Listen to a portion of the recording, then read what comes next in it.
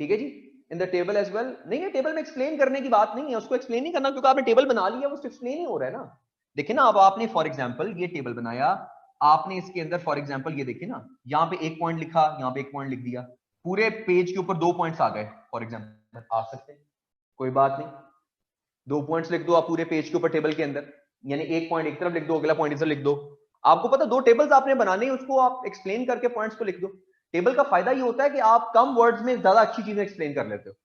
आपके पास, आपको लगता है कि अच्छा भी फॉर एग्जांपल पीछे जो है ना वो मेरे पास 7-6 सफे पूरे हो गए हुए हैं, लेकिन मेरा स्टेक होल्डर एनालिसिस अभी पड़ा है। अगर मैं ये स्टेक होल्डर एनालिसिस पे आगे जाऊं तो 8-10 सफों पे चला जाएगा मेरा सवाल, ठीक है, और मुझे बाकी सवाल 8-10 सफों वाले नहीं आते, तो मुझे 7 सफों पे स्क्वीज करना है इसको। टेबल बना लो, वहां पे टेबल बना के आप उसको लिख दो, उससे होगा क्या कि आपका क्वेश्चन स्क्वीज हो जाएगा 7 सफों के ऊपर, राइट। तो उसके अंदर आप ऐड कर सकते हो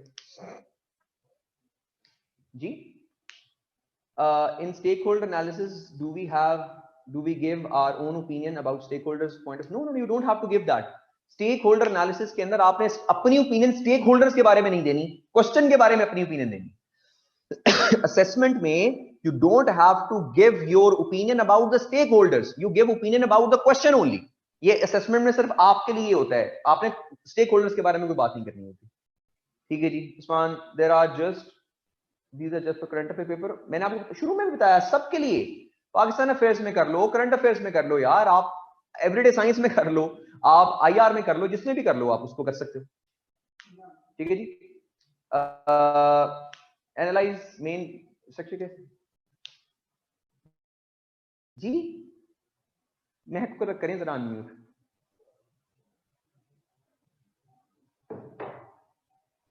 महक को अनम्यूट करें ना।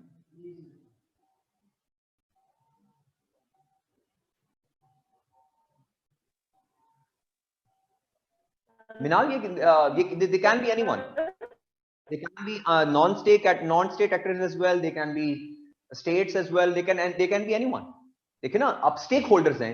The people who are, they are important for this topic. They can be anyone. They can be individuals. They can be states. They can be organizations. They can be anyone. Stakeholders. Ji ji sir. Sir, ये analyze you asked us to deconstruct. आपकी आवाज थोड़ा ऊंचा बोलेंगी? Answer. Sir आपको आवाज अब आ रही है? जी जी आ रही है। हेलो जी जी आ रही है, आवाज आ रही है। सर मैं ये कह रही हूँ, जैसे आपने बोला था कि एनालाइज में हमें डीकंस्ट्रक्ट करना है आंसर को, तो उसका स्ट्रक्चर कैसे बनेगा सर? जैसे आपने अभी एग्जांपल दिया था क्राइसिस ऑफ नेशनल इंटीग्रेशन वाला, जो आपने एक क्वेश्चन हमें दिया था, उसमें तो इट्स इजी, क्राइसिस अलग, आइडियाज अलग, तो इसमें कैसे करेंगे अगर एनालाइज लिखा हो? हर क्वेश्चन का फर्क है, ये आप पे डिपेंड करता है ना, आप उसको किस तरह डीकंस्ट्रक्ट करती हैं। अब आप हाथी के कान से शुरू करें या हाथी के ट्रंक से शुरू करें, हाथी के दांतों से शुरू करें, वो आपकी मर्जी। अब ये तो कोई इसके अंदर एक ओपिनियन नहीं है कि फॉर एग्जांपल आपने यहां से स्टार्ट करना है डीकंस्ट्रक्शन करना।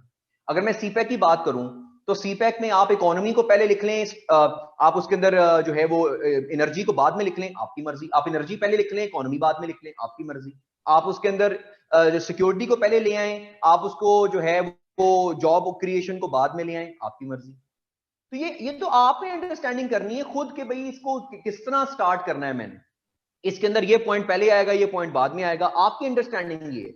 इसमें कोई वो रॉकेट साइंस नहीं है, आपने जिस तरह मर्जी उसको डीकंस्ट्रक्ट कर लें, आपकी मर्जी है, लेकिन आपने उसको डिवाइड, क्वेश्चन में पार्ट्स में डिवाइड करना है, राइट। तो इसमें आपने अपनी अंडरस्टैंडिंग करनी है कि जिस तरह मर्जी आप कर लीजिए। अगर मैं फॉर एग्जांपल नेशनल इंटीग्रेशन की बात करता हूं, तो नेशनल इंटीग्रेशन के अंदर आप स्टार्ट बेशक कर लीजिए कि जनाब हमने पाकिस्तान नेशनल इंटीग्रेशन इसलिए नहीं हो सकी क्योंकि पाकिस्तान के अंदर जो है वो रिलीजियस डिस्क्रिमिनेशन मौजूद है। ठीक हो गया जी, आपकी मर्जी, आप यहां से स्टार्ट कर लें। कोई बंदा स्टार्ट करेगा नेशनल इंटीग्रेशन इसलिए नहीं हो सकी पाकिस्तान में क्योंकि पॉलिटिकल इंस्टेबिलिटी थी। तीसरा बंदा स्टार्ट करेगा नेशनल इंटीग्रेशन इसलिए नहीं हो सकी क्योंकि पाकिस्तान में नॉन पॉलिटिकल फोर्सेस ने इंटरवीन करना शुरू कर दिया था पाकिस्तान के पॉलिटिकल सिस्टम में। चौथा बंदा कह सकता है पाकिस्तान में नेशनल इंटीग्रेशन इसलिए नहीं हो सकी क्योंकि इंटरनेशनल इन्वॉल्वमेंट थी पाकिस्तान में। सारे ठीक हैं, इसमें से कोई गलत नहीं है, लेकिन आपकी डोमेन दूसरे से फर्क हो सकती है, इसमें कोई रॉकेट साइंस नहीं है। आपने खुद अंडरस्टैंड करना है वहां पर बैठ के कि कौन सा पॉइंट पहले आएगा, कौन सा बाद में आएगा। ठीक हो गया? Thank you. ठीक है। तो जी मुस्तफा कह रहे हैं जी, is it all right to add bullet points in the answer? जी जी, मैं अभी शहजादे अभी मैंने मेरे ख्याल में कुछ 6 दफा इस चीज को आंसर मैंने किया है कि आप बुलेट्स को ऐड करेंगे ज्यादा अच्छा है आपके लिए। आप पॉइंटर्स ऐड कर लें, आप बुलेट्स ऐड कर लें, आप नंबर्स ऐड कर लें, जो भी ऐड करना चाहते हैं आप उसके अंदर ऐड कर सकते हैं, ज्यादा अच्छा है। बल्कि एग्जामिनर के लिए ज्यादा आसान हो जाएगा समझना ये सारे का सारा, रादर देन कि आप जो है इसके अंदर कोई चीज ऐड करते हैं। ठीक हो गया जी? ये हमारे पास आ गया जी मैप्स का, फ्लो चार्ट का पॉइंट, ये हमारे पास आ गया। ठीक है जी, अब इसके अंदर हम अंडरस्टैंड करते हैं नेक्स्ट पॉइंट को थोड़ा सा। अगला पॉइंट हमारे पास क्या है?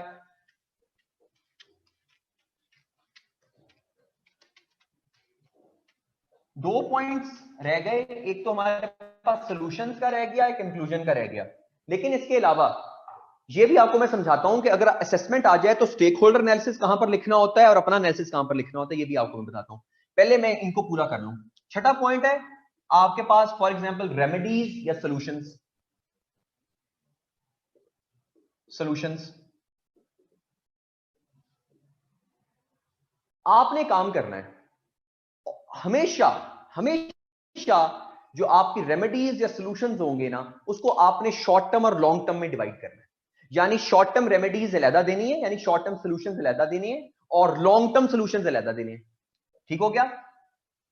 लॉन्ग टर्म या शॉर्ट टर्म, पहले आप शॉर्ट टर्म देंगे फिर आप लॉन्ग टर्म सॉल्यूशंस देंगे कि भाई अभी वक्त की जरूरत यह है कि शॉर्ट टर्म के अंदर ये काम किया जाए, लॉन्ग टर्म के अंदर ये काम किया जाए। मतलब ये कुछ सॉल्यूशंस इस तरह के होते हैं जिनको इंप्लीमेंट होने में टाइम लगता है, वो लॉन्ग टर्म में ऐड हो जाएंगे। कुछ सॉल्यूशंस ऐसे होते हैं जो राइट अवे किए जा सकते हैं, वो आप शॉर्ट टर्म के अंदर ऐड करेंगे। यानी सॉल्यूशंस को भी आपने डिवाइड करना होता है शॉर्ट टर्म और लॉन्ग टर्म में, कि भाई ये दो चीजें इमीडिएटली करो ताकि हमें मसला हल हो, और ये जो दो चीजें हैं ये आहिस्ता आहिस्ता चलती रहेंगी क्योंकि इसको टाइम लगेगा, 2 साल 3 साल 4 साल लग जाएंगे इसको करते करते। वो लॉन्ग टर्म प्रोसेस है, वो आप लॉन्ग टर्म के अंदर ऐड करोगे सॉल्यूशंस को। फॉर एग्जांपल कुछ सॉल्यूशन शॉर्ट टर्म के अंदर। Let us understand this point कि हमारे पास हम बात करते हैं माइनॉरिटी राइट्स के ऊपर बात कर लेते हैं। अब माइनॉरिटी राइट्स के अंदर अगर हमने लॉन्ग टर्म सॉल्यूशंस की बात करनी है तो लॉन्ग टर्म सॉल्यूशंस में हम कह सकते हैं कि जनाब हमें करिकुलम को चेंज करना चाहिए। करिकुलम को चेंज करेंगे, एजुकेशन सिस्टम के अंदर माइनॉरिटी के राइट्स लेकर आएंगे तो लोगों को माइनॉरिटीज के बारे में पता चलेगा। अब ये लॉन्गर रन का प्रोसेस है क्योंकि आहिस्ता आहिस्ता बच्चों को माइनॉरिटी राइट्स के बारे में बताएंगे, बच्चे फिर बड़े होंगे फिर उनको पता चलेगा माइनॉरिटी राइट्स के बारे में। ये लॉन्ग टर्म का सॉल्यूशन है। शॉर्ट टर्म क्या है? क्या मीडिया के ऊपर जो है ना वो मीडिया को यूटिलाइज करते हुए मीडिया से चेंज लेकर आए, यानी हम प्रोग्राम्स करें, मीडिया में कोई वीडियोस बनाकर दें, कोई इस तरह की चीजें चलाएं मीडिया के जरिए ताकि लोगों को पता चले कि माइनॉरिटी के राइट्स क्या हैं। वो शॉर्ट टर्म सॉल्यूशन है कि जो राइट अवे हो सकता है। कुछ लॉन्ग टर्म सॉल्यूशंस होते हैं, कुछ शॉर्ट टर्म सॉल्यूशंस होते हैं। तो आपको अपने सॉल्यूशंस को डिवाइड करना है, खुद समझेंगे ना आप कि अच्छा फॉर एग्जांपल मैं कह रहा हूं सॉल्यूशन दे रहा हूं कि एजुकेशन में चेंज लेकर आए। अब एजुकेशन में चेंज एक दिन में तो नहीं ना आएगा, एजुकेशन एक लॉन्गर प्रोसेस है, तो आप उसको लॉन्ग टर्म में ले जाएं। अगर आप कहते हैं कि नहीं हमें एक सबसे पहले काम क्या करना है कि यूटिलाइज हम ये करते हैं कि जो है फॉर एग्जांपल कोविड-19 पे बात हो रही है, कोई बंदा कहता है कि कोविड-19 को हमने रोकना है, उसकी फैलाव को, उसके लिए क्या है? आप कहते हो जी सबसे पहले इमीडिएटली सॉल्यूशन ये स्कूल बंद कर दो, short term solution. Long term solution क्या है? वैक्सीन तैयार करो ताकि ताकि शॉर्ट टर्म सॉल्यूशन है बच्चों को स्कूल जाने से रोका जाए ताकि बच्चे स्कूल ना जाएं, फैलाव ना हो। लॉन्ग टर्म क्या है? वैक्सीन तैयार कीजिए। तो ये लॉन्ग टर्म और शॉर्ट टर्म सॉल्यूशंस होते हैं हर क्वेश्चन। तो हम क्या करते हैं, हम शॉर्ट टर्म और लॉन्ग टर्म में डिवाइड नहीं करते। एग्जामिनर के सामने हमें बताना पड़ता है कि अच्छा ये सॉल्यूशंस लॉन्गर रन में फायदा देंगे, ये शॉर्टर रन में फायदा देंगे। तो आपने अपने सॉल्यूशंस को लॉन्ग और शॉर्ट टर्म के अंदर डिवाइड आपने अल्टीमेटली करना होता है। ठीक है जी। अगली बात शॉर्ट टर्म और लॉन्ग टर्म सॉल्यूशंस की। लॉन्ग टर्म सॉल्यूशंस में ना आप मॉडल्स ऐड करो, मॉडल्स या एविडेंस कह लो, कोई भी बात, मॉडल्स या एविडेंस। फॉर एग्जांपल आप एजुकेशन की बात करते हो तो आप कह सकते हो कि एजुकेशन पाकिस्तान के अंदर जो एजुकेशन का मॉडल है, एजुकेशन का जो पूरा पूरा सिस्टम है, इसके लिए जापानीज मॉडल ऑफ एजुकेशन बहुत अच्छा है, स्कैंडिनेवियन मॉडल ऑफ एजुकेशन बहुत अच्छा है, राइट? लेकिन आप देखो ना जापानीज मॉडल ऑफ एजुकेशन अगर आपने पाकिस्तान में इंप्लीमेंट करना है उसके लिए बड़ा टाइम चाहिए आपको, ये लॉन्गर रन का प्रोसेस है, राइट? अगर आप कहते हो कि जी फॉर एग्जांपल आपने Scandinavian model of education implement करना है, लॉन्गर रन का प्रोसेस है। लेकिन मॉडल ऐड करने का लॉन्ग टर्म के अंदर फायदा क्या होता है, इसको जरा समझ लीजिए। एग्जामिनर ना अब जो आपका आ गया है सीएसएस का, ये प्रैक्टिकलिटी ऑफ आर्गुमेंट को ज्यादा समझता है। वो कहता है प्रैक्टिकल होना चाहिए आपका आर्गुमेंट, हवा में बातें ना करें, मुझे ये बताएं कि क्या ये चीज इंप्लीमेंट हो सकती है, कैसे होगी, आपने ये बताना है एग्जामिनर को। तो उसके लिए अगर आप मॉडल बताओगे उसको कि भाई जापानीज मॉडल ऑफ एजुकेशन ये है, जापानीज मॉडल ऑफ एजुकेशन में उन्होंने ये किया, ये किया, ये किया, हमें भी पाकिस्तान के अंदर इसको आर्गुमेंट साबित हो जाएगा कि आप जो सोल्यूशन दे रहे हो ये प्रैक्टिकल है क्योंकि ये फलान जगह पे इंप्लीमेंट हुआ है, राइट। तो अब आपने उसके अंदर मॉडल्स ऐड कर लेने हैं। मैं मॉडल्स आपको बताता हूं, कुछ मॉडल्स आपको बता देता हूं, फिर आपको मैं तरीका भी बताऊंगा मॉडल्स ढूंढते कैसे हैं। ऑनलाइन मॉडल ढूंढें, उसको अपने पास नोट्स में ऐड कर लें। जब आप नोट्स बनाएंगे, आपको याद होगा आपको नोट्स बनाने का तरीका बताया था, तो जब नोट्स बनाएंगे तो नोट्स के अंदर साथ साथ एक मॉडल भी ऐड करते जाना आप। सोशल प्रॉब्लम्स के अंदर एजुकेशन का है, ये सोल्यूशन है, ये उसका मॉडल है, ये मॉडल इंप्लीमेंट करना है, इन्होंने ये किया था उसमें, ये किया था उसमें, ये किया। तो लॉन्गर रन के अंदर आप मॉडल्स ऐड कर लें, राइट। मॉडल्स या एविडेंस, एजुकेशन की बात कर लें ना, मैं आपको कोई भी एग्जांपल अभी आपको समझाता हूं। एजुकेशन की बात कर लें, हेल्थ की बात कर लें, करप्शन की बात कर लें, अकाउंटेबिलिटी की बात कर लें, गवर्नेंस की बात कर लें।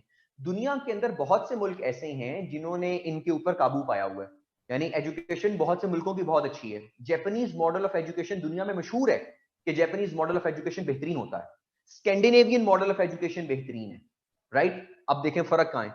Japanese model of education primary education का मॉडल है कि जापान ने अपने प्राइमरी एजुकेशन में ऐसा क्या किया है कि उनके स्टूडेंट्स बहुत अच्छे निकलते हैं। तो उनका मॉडल पढ़िए, ऑनलाइन पढ़िए, गूगल कीजिए what is Japanese model of education, right. Scandinavia यानी जो आइसलैंड, नॉर्वे, स्वीडन, डेनमार्क, इनका जो एजुकेशन का सिस्टम है ये पोस्ट ग्रेजुएट एजुकेशन सिस्टम है, यानी बैचलर्स और मास्टर्स की का जो एजुकेशन सिस्टम है बहुत अच्छा है इनका। ये क्या करते हैं अपने मुल्क के अंदर कि इनका मास्टर्स और बैचलर्स का, पीएचडी का एजुकेशन बहुत अच्छा है, पढ़ें उसको। Scandinavian model of post graduate education क्या है, जापानीज मॉडल ऑफ जो प्राइमरी एजुकेशन है वो क्या है, पढ़िए इसको। आपको मतलब हर टॉपिक के ऊपर एक ना एक मॉडल मिल जाएगा, राइट। तो आपने फिर उसको पढ़ना है कि इन्होंने कैसे इंप्लीमेंट किया अपने मुल्क के अंदर इस सारा कुछ, फिर आपने उसको अपने आंसर में ऐड कर लेना है लॉन्ग टर्म के अंदर, कि जी इसको हम लॉन्ग टर्म के अंदर ऐड करते जाएंगे। मैं आपको कुछ मॉडल्स बता देता हूं अभी, ठीक है। तो वो आप उसके अंदर आप उसको पढ़िए जाके, घर गूगल कीजिए इसको, आपको समझ लगेगी कि उन्होंने किस तरह इंप्लीमेंट किया इन सारे, ठीक है जी। लिखें एजुकेशन का, लिखें सबसे पहले एजुकेशन में आप लिख लीजिए प्राइमरी एजुकेशन के लिए जो मॉडल है वो जापानीज मॉडल है, और जो आपके पास हायर सेकेंडरी या आपके पास ग्रेजुएट एजुकेशन के लिए जो मॉडल है वो स्कैंडिनेवियन मॉडल ऑफ एजुकेशन है, जिसमें आइसलैंड हो गया, डेनमार्क हो गया, नॉर्वे हो गया, स्वीडन हो गया, फिनलैंड हो गया, ये स्कैंडिनेवियन कंट्रीज है ना, इन सब का मॉडल है। पोस्ट ग्रेजुएट कर लें, ग्रेजुएट मॉडल ऑफ एजुकेशन वो बहुत अच्छा है इनका। इसके अलावा हेल्थ का कर लें, हेल्थ सिस्टम के लिए आपके पास दुनिया में दो बेहतरीन मॉडल्स एग्जिस्ट करते हैं। एक Canadian model of health system है, Canadian model of health system, और दूसरा जो है आपके पास जो है वो डेनमार्क का आता है। कैनेडियन मॉडल ऑफ हेल्थ या कैनेडियन हेल्थ मॉडल या डेनमार्क का हेल्थ मॉडल, देखें कैसे एग्जिस्ट करता है। और तीसरे नंबर के ऊपर आपके पास यूके का हेल्थ सिस्टम है, NHS, national health system, UK का NHS, national health system UK का। तो हेल्थ सिस्टम देखें इन्होंने किस तरह अब इनके मुल्क में हेल्थ का सिस्टम चलता है, कैसे बेहतर है दुनिया के अंदर, इन्होंने क्या किया हुआ अपने सिस्टम के अंदर जो कि पाकिस्तान कर सकता है। आप वो पढ़ेंगे, आपको पता चलेगा अच्छा उन्होंने ये पॉलिसी इंप्लीमेंट की, वो उस पॉलिसी को उठाएं अपने लॉन्ग टर्म सॉल्यूशंस में ऐड कर दें, ठीक हो गया। तीसरे नंबर पे आप लिख लीजिए करप्शन, अकाउंटेबिलिटी, गवर्नेंस, तीनों एक ही जगह लिख लीजिए, करप्शन, अकाउंटेबिलिटी, गवर्नेंस। इन तीनों के लिए दो बेहतरीन मॉडल दुनिया में एग्जिस्ट करते हैं, होता है एक है Singapore model of corruption, accountability and governance, और दूसरा है न्यूजीलैंड का model of corruption, accountability and governance. मतलब अलग-अलग है, मतलब आप ये गूगल कीजिए ना, what is Singaporean model of governance, what is Singapore model of to curb corruption, what is Singapore model for accountability. तो अलग-अलग मॉडल है, लेकिन तीनों सिंगापुर के मॉडल बहुत अच्छे हैं, न्यूजीलैंड के भी ये तीनों मॉडल बहुत अच्छे हैं, करप्शन, अकाउंटेबिलिटी, गवर्नेंस, न्यूजीलैंड और सिंगापुर, ये आपके पास आ जाता है। इसके अलावा आप क्वालिटी ऑफ लाइफ इसके अंदर आपके पास दो बेहतरीन मॉडल्स हैं क्वालिटी ऑफ लाइफ के। एक है ऑस्ट्रिया, वियना जिसका कैपिटल है, Austrian model of quality of life and Canadian model of quality of life. उनका क्वालिटी ऑफ लाइफ बहुत अच्छा है उनका, कि उनके वहां पे सिस्टम कितना अच्छा है क्वालिटी ऑफ लाइफ का, उसको देखिए कैसे बेहतर है आपके पास system. Austrian Vienna is considered the most liveable city in the world, most liveable city, दुनिया का सबसे ज्यादा लिवेबल सिटी है वियना। क्यों है? What is the quality of life, वहां पे क्या कुछ है वहां पे लोगों के लिए, तो वो आप देखें, पढ़ें, उसको आप पढ़ सकते हैं। इसके अलावा आप विमेन एम्पावरमेंट के लिए आपके पास Swedish model of women empowerment and Denmark model of women empowerment बहुत अच्छे हैं। विमेन एम्पावरमेंट के लिए Swedish model of women empowerment and Denmark model of women empowerment. इसके अलावा पॉवर्टी और इकोनॉमी या पॉवर्टी दोनों के लिए कर लें। मलेशियन मॉडल ऑफ पॉवर्टी बहुत अच्छा है, मलेशियन मॉडल ऑफ पॉवर्टी।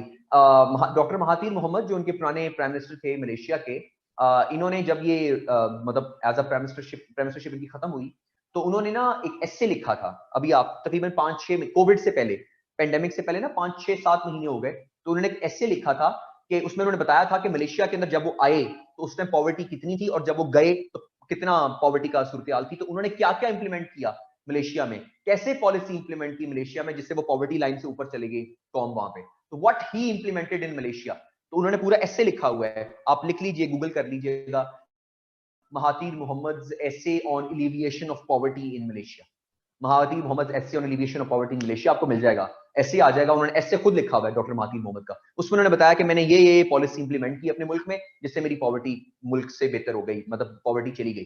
तो आप वो ऐसे उठाएं, उसको पढ़ें, उसमें से नोट्स बनाएं, नोट्स बना के अपने पॉवर्टी या इकोनॉमी वाले जो आपने नोट्स बनाने उसमें ऐड कर लें, उसको लॉन्ग टर्म सॉल्यूशंस में ऐड कर लेना कि जनाब ये हम इंप्लीमेंट कर लें अगर अपने मुल्क में, तो मलेशिया की तरह हमारा ये फायदा हो जाएगा। ठीक है, इसके अलावा विमेन एम्पावरमेंट, पॉवर्टी, करप्शन, हाँ जी, इन्वायरमेंट के ऊपर लिख लें। इन्वायरमेंट के ऊपर आपके पास जो सबसे अच्छा मॉडल है इन्वायरमेंट के ऊपर, शंघाई मॉडल है, शंघाई मॉडल इन्वायरमेंट का बहुत अच्छा है। और इसके अलावा आप स्कैंडिनेवियन मॉडल ऑफ इन्वायरमेंट बहुत अच्छा है, Scandinavian model of environment is very good. Shanghai देखिए ना, शंघाई बहुत बड़ा एक सिटी है आपका, मतलब आपके पास इंडस्ट्रियल सिटी है चाइना का बहुत बड़ा, लेकिन उनकी इन्वायरमेंट बहुत अच्छी है वहां की। तो व्हाट दे हैव इम्प्लीमेंटेड, तो पूरा मॉडल है, ऑनलाइन पढ़िएगा आप, शंघाई मॉडल ऑफ इन्वायरमेंट, वो बहुत अच्छा है। वाटर क्राइसिस के ऊपर Mexico city model, water crisis के ऊपर Mexico city model, water crisis के ऊपर ना, वाटर क्राइसिस पे मैक्सिको सिटी मॉडल 1917 में ना, 1917 का वाटर क्राइसिस पे 1917 का एक मैक्सिको सिटी का एक मॉडल है, उन्होंने वाटर कंजम्पशन के लिए एक रूल बनाया था कि वाटर कंजम्पशन इस तरह से करनी है आपने, तो उसके लिए आप वो कर सकते हैं, मैक्सिको सिटी का मॉडल आप देख सकते हैं। ठीक है जी। एनर्जी के लिए आपके पास जर्मनी का model of energy, German model of energy is very good. German model of energy, उन्होंने विंड पावर प्लांट्स और जो है वो किस तरह लगाए, उनके पास किस तरह यूटिलाइजेशन है उसकी सारी की सारी वो पढ़ी है। एनर्जी के लिए आपके पास जर्मन मॉडल ऑफ एनर्जी बहुत अच्छा है, आप उसको पढ़िए। ठीक है, तो ये आपके पास कुछ मॉडल्स हैं, मतलब आप कह रहे हैं मकसद है कोई भी टॉपिक पढ़ेंगे, कोई भी टॉपिक आप पढ़ें करप्शन का इधर उधर का, तो आपके पास एक मॉडल होना चाहिए जिसको आप सोल्यूशन के तौर पे ऐड कर सकते हैं लॉन्ग टर्म के अंदर, उसको आप सोल्यूशन में ऐड कर लीजिएगा, तो ये आपका फायदा हो जाएगा। मॉडल्स ऐड करने, इससे प्रैक्टिकलिटी साबित हो जाती है। ठीक है, प्रैक्टिकलिटी साबित हो जाती है, मलेशिया का यार, मलेशिया अहमद, तो प्रैक्टिकलिटी साबित हो जाती है इससे कि भाई आप सोल्यूशन दे रहे हैं कि जी ये पॉलिसी इंप्लीमेंट की थी, इस पॉलिसी से ये फायदा हुआ है, तो अगर हम यही पॉलिसी पाकिस्तान में इंप्लीमेंट कर लें तो हमें फायदा हो जाएगा। तो कोई भी चीज अगर आपने हेल्प, कोई भी मतलब लॉन्ग टर्म सोल्यूशन देना है तो आप उसको अंदर सब मॉडल ऐड कर सकते हैं इसमें। ठीक है जी, शॉर्ट टर्म और लॉन्ग टर्म, देखिए ना, क्योंकि लॉन्ग टर्म सोल्यूशन में टाइम लगता है कि भाई पॉलिसी आप बनाओगे, वो इंप्लीमेंट होगी, उसका सोल्यूशन निकलेगा, टाइम लगेगा। शॉर्ट टर्म सोल्यूशन तो जल्दी हो सकते हैं, जो जल्दी इंप्लीमेंट हो सकते हैं। मीडिया को यूज करें जी, अखबारों में ऐड दें। ठीक है जी, अखबारों में ऐड दें, फौरन पहुंच जाएगा ऐड, शॉर्ट टर्म सोल्यूशन है, फौरन पहुंच जाएगा। एजुकेशन बेहतर होनी चाहिए जी हमारी, अब एजुकेशन के लिए पूरा करिकुलम चेंज होगा, उससे फिर रिजल्ट निकलेगा, बड़ा लॉन्गर रन का टाइम है, तो इसलिए एजुकेशन लॉन्ग टर्म में आ जाएगा, एड्स, फीचर फिल्म्स, वीडियोस, इस तरह की चीजें शॉर्ट टर्म में भी आ सकती हैं, ठीक है जी, तो आप उसके अंदर ऐड कर सकते हैं। रेमेडीज हो गई, सॉल्यूशंस हो गए। आखिरी पॉइंट है कंक्लूजन का। कंक्लूजन आपने गौर से सुन लीजिए, कंक्लूजन आपने हमेशा ऑप्टिमिस्टिक करना है, ठीक है, ऑप्टिमिस्टिक जो आपने कंक्लूजन जो है वो करना है, आपने इसके अंदर पेसिमिस्टिक नहीं करना, मतलब आपने थोड़ा सा ये कंक्लूजन के अंदर ना थोड़ा सा ऑप्टिमिस्टिक सी बात करनी है कि मतलब कि ऐसा हो जाना चाहिए, ऐसा होगा, हमारा मुल्क बेहतर हो जाएगा, वी कैन फोरसी कि भाई अगर ये सॉल्यूशंस इंप्लीमेंट हो जाएं तो हमारा मुल्क जो बेहतर हो जाएगा, मतलब ऑप्टिमिस्टिक सी बात करनी है थोड़ी सी ना, पेसिमिस्टिक ना लगे कि नहीं जी कुछ भी नहीं होना जनाब, हमारे मुल्क के अंदर करप्शन बहुत ज्यादा एग्जिस्ट करती है, हमारे मुल्क में कुछ भी नहीं होना जी, ब्यूरोक्रेसी भी करप्ट है जी, गवर्नमेंट से भी कुछ, मतलब पेसिमिस्टिक बात नहीं करनी, ऑप्टिमिस्टिक सी बात करनी है थोड़ी सी ना कंक्लूजन के अंदर। तो कंक्लूजन के अंदर आपने ये बात करनी थोड़ी सी ऑप्टिमिस्टिक सी कि if these solutions are being implemented, ultimately आपके पास क्या होगा, आपके पास ये सॉल्यूशन निकल आएगा और आपके पास मसला हल हो जाएगा। तो solution should always be optimistic, और सॉल्यूशन 50% ऑफ द पेज होता है, साइड यानी आधा पेज, एक साइड जो है ना आपकी फ्रंट साइड, उसका आधा साइड, उसको आपने कंक्लूजन के अंदर लिखना है, ठीक है जी।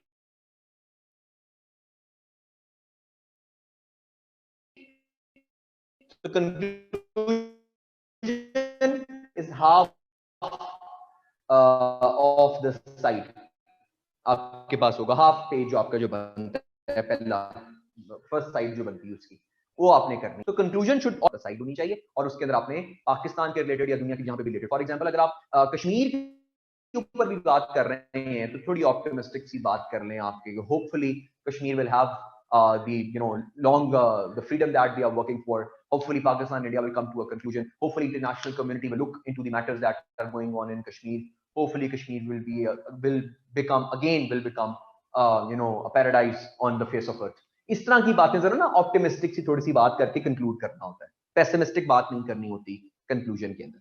तो ये आपके पास 50% ऑफ द साइड जो है इसको आपने लिखना होता है at the end of the day conclusion के अंदर।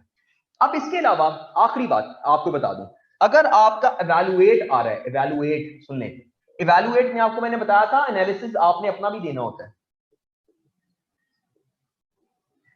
अगर आपने अपना एनालिसिस दिया है, कंक्लूजन फिर भी देना है। कुछ स्टूडेंट्स ये करते हैं एनालिसिस देते, कंक्लूजन नहीं देते। एनालिसिस वो है इवैल्यूएट की वजह से, कंक्लूजन तो हमें हर क्वेश्चन का वैसे लहदा ही देना होता। अगर आपने एक क्वेश्चन का एनालिसिस दे दिया हुआ है अपना, तो आपने एंड पर कंक्लूजन भी देना है। ये नहीं करना कि आपने कोई एनालिसिस दे दिया कंक्लूजन नहीं देना आपने, ठीक है जी। तो कंक्लूजन आपने अलहदा देना होता है, एनालिसिस आपने देना होता है अलहदा। तो एनालिसिस हमेशा कंक्लूजन से ऊपर होता है, यानी एंड आपने कंक्लूजन पे करना है, कंक्लूजन से ऊपर आपका एनालिसिस होना चाहिए, आपका एनालिसिस अपना। हाँ, अगर स्टेक होल्डर एनालिसिस है, अब सुन लीजिए, अब असेस आ गया ना, तो शुरू के अंदर आपने एनालाइज कर लिया, यहां पे स्टेक होल्डर एनालिसिस देना शुरू कर दिया, स्टेक होल्डर एनालिसिस, ठीक है। तो ऊपर एनालाइज, दूसरे नंबर पे स्टेक होल्डर एनालिसिस, तीसरे नंबर पे अपना जाती एनालिसिस, और चौथे नंबर के ऊपर आपके पास जो है कंक्लूजन आएगा। जो एनालिसिस है वो कंक्लूजन से ऊपर होगा, और एनालिसिस से ऊपर भी स्टेक होल्डर एनालिसिस होगा, अगर असेस का वर्ड लिखा हुआ है तो यानी कि हर दफा तो स्टेक होल्डर एनालिसिस नहीं करना आपने, लेकिन जब स्टेक होल्डर एनालिसिस करना है तो आपने सबसे पहले एनालाइज करना है, यानी वो सारा पॉइंट जो आपने क्वेश्चन लिखा हुआ, आपने जो पढ़ा, पूरा स्ट्रक्चर पढ़ा, उस पर नीचे stakeholder analysis, stakeholder analysis के नीचे आपने फिर करना है अल्टीमेटली अपना जाती एनालिसिस, और उसके बाद आपने नीचे करना है कंक्लूजन। तो कंक्लूजन आपने लिखना बहुत जरूरी है, राइट जी। एनालिसिस को आप एनालिसिस भी कर सकते हैं जी, एनालिसिस आप कर सकते हैं, इसमें कोई उसमें फर्क नहीं, लेकिन आप उसके अंदर ये है, आप उसमें अंडरस्टैंडिंग कर सकते हैं, आपके पास analysis of the given question, मतलब आपको मैंने बताया वन वर्ड नहीं लिखना आपने, राइट। एनालिसिस आप कर सकते हैं, analysis of the given question, right, analysis of the ideas in the question, analysis कोई भी बात, तो आपने एनालिसिस की हेडिंग आप दे सकते हैं उसके अंदर, लेकिन वन वर्ड ना लिखिएगा, उसको एक सेंटेंस बनाइएगा ताकि वो सेल्फ एक्सप्लेनेटरी हो जाए कि आपने उसके अंदर जो है वो क्या उसमें लिख रहे हो, अंडरस्टैंडिंग करा रहे हो, उसमें क्या क्वेश्चन का पूरा पूरा एनालिसिस आप उसके अंदर दे रहे हो। वन वर्ड नहीं देना, पूरा सेंटेंस बनाना है आपने उसके अंदर।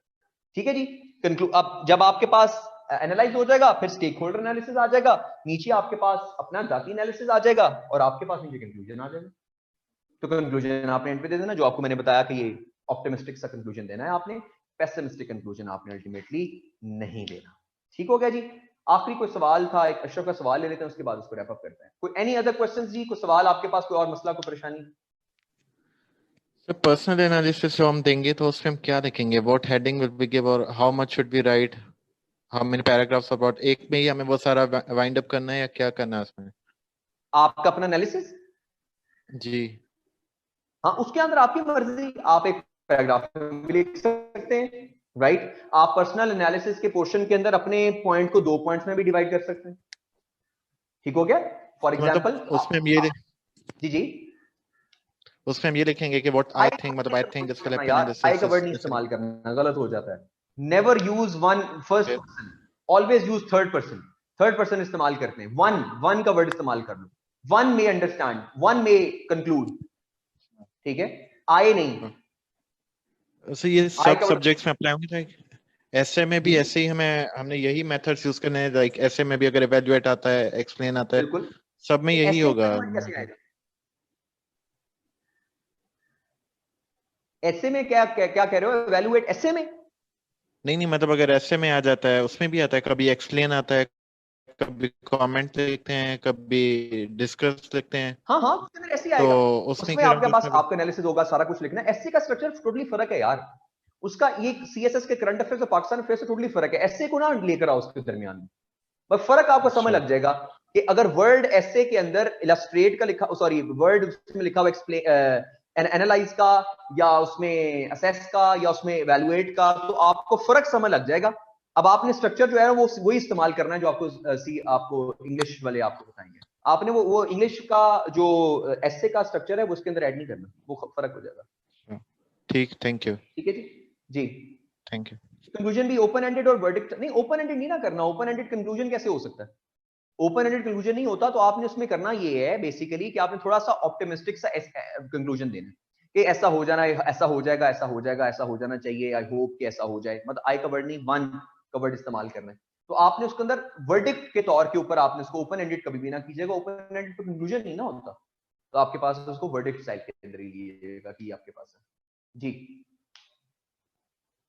जी। इसके अलावा क्वेश्चन था जानजेब का क्वेश्चन, इसके बाद रैप अप करते हैं, काफी देर होगी, आधा घंटा ऊपर हो गया जी। जानजेब सर।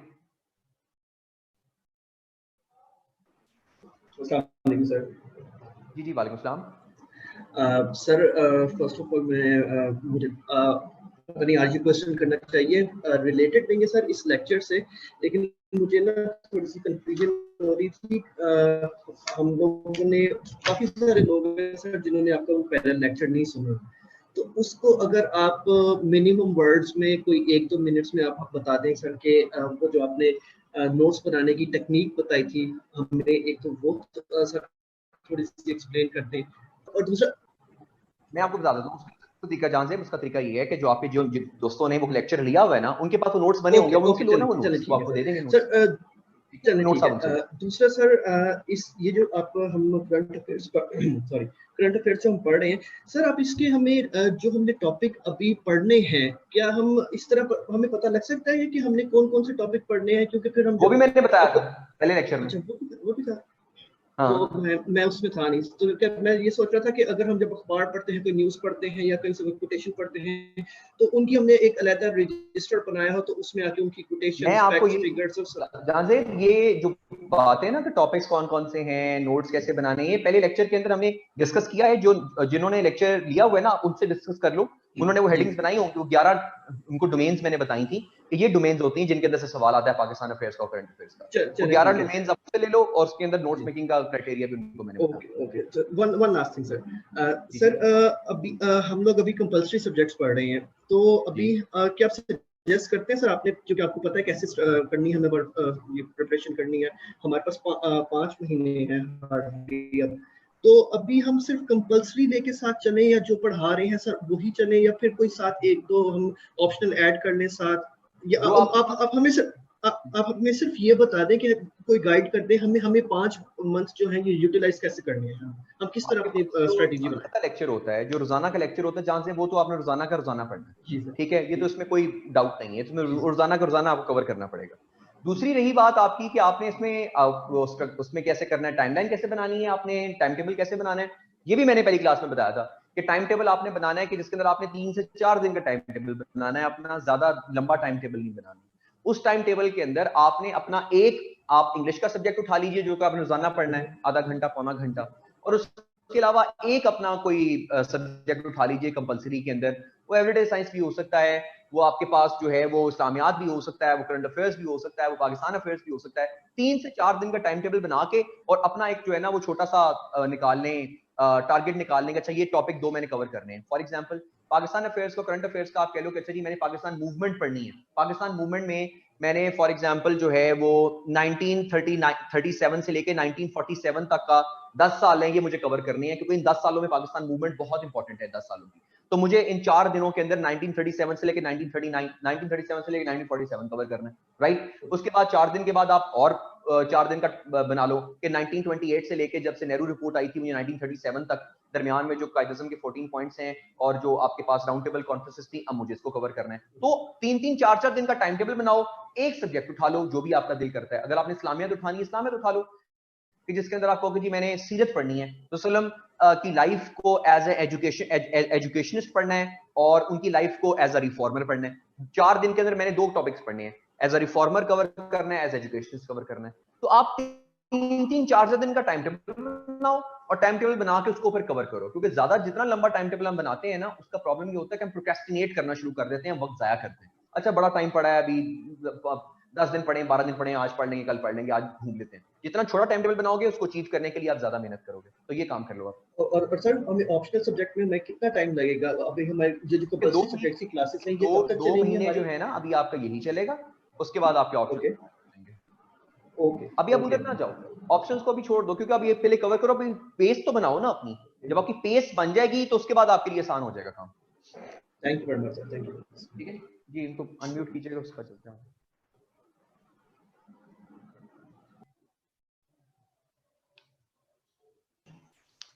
जी।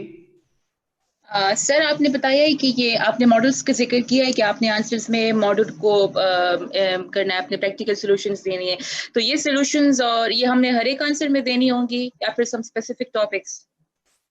नहीं मैडम, अगर आपको लगता है कि फॉर एग्जांपल इस टॉपिक के लिए कोई दुनिया के अंदर पॉलिसी अवेलेबल है, करप्शन है ना, करप्शन दुनिया के अंदर कोई पॉलिसी अवेलेबल होगी, आप देखें मॉडल्स, आप देखें करप्शन के, आपको मैंने बताया कि करप्शन का मॉडल एग्जिस्ट करता है, आप वो लिख लीजिए, जिससे भी आप लिख सकती हैं। आपके आंसर का वजन ज्यादा हो जाता है, आपके आंसर की प्रैक्टिकलिटी ज्यादा हो जाती है। अगर आप हर आंसर में, खासतौर पे सोशल इश्यूज में, पॉलिटिकल इश्यूज में, इकोनॉमिक इश्यूज में अगर आप लिख सकती हैं, कोई मॉडल लिख सकती हैं तो जरूर लिखें, नहीं लिख सकती हैं तो नुकसान कोई नहीं है, नुकसान कोई नहीं है, लेकिन ये कि आपका प्रैक्टिकल ज्यादा हो जाता है, आंसर आपका ज्यादा वजन हो जाता है उसका। अच्छा, इट मींस कि मैक्सिमम आंसर्स में we have to mention models.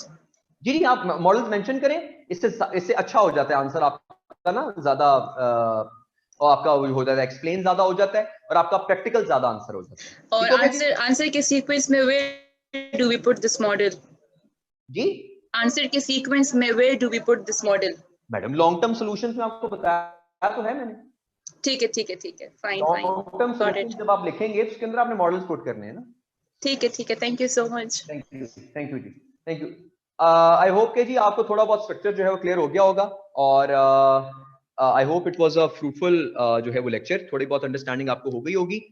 इसके अलावा इंशाल्लाह जब हमारे नेक्स्ट लेक्चर्स वगैरह होंगे, आपको मैं क्वेश्चन जो है एक, बल्कि मैं आपको काम करूंगा, जो नेक्स्ट लेक्चर हमारा एक होगा पास्ट पेपर्स का ना, उसके अंदर मैं क्वेश्चन सॉल्व करके ले आऊंगा इस स्ट्रक्चर के ऊपर, जो स्ट्रक्चर आपको मैंने बताया। एक क्वेश्चन खुद मैं सॉल्व कर लाऊंगा, वो सॉल्व करके लाके आपको मैं खुद वो दे दूंगा, हैंड ओवर कर दूंगा आपको, वो आ जाएगा मैसेज में, आ जाएगा व्हाट्सएप पे, तो आप उसको देख लीजिएगा और उसको फिर देख लीजिएगा जो स्ट्रक्चर हमने पढ़ा था, उसके लिहाज से उसको देख लीजिएगा कि आपको खुद समझ लग जाएगी कि आंसर, क्योंकि मैं खुद लिख के दे दूंगा आपको, तो आपके लिए आसान हो जाएगा, आपको समझना आपके लिए आसान हो जाएगा, तो वो मैं आपको क्लियर हो जाएंगी चीजें इंशाल्लाह। आई होप के जो आपको क्लियर होगी होंगी चीजें। स्टे होम जी, स्टे सेफ, अल्लाह आपका हामी नासिर हो। Thank you very much.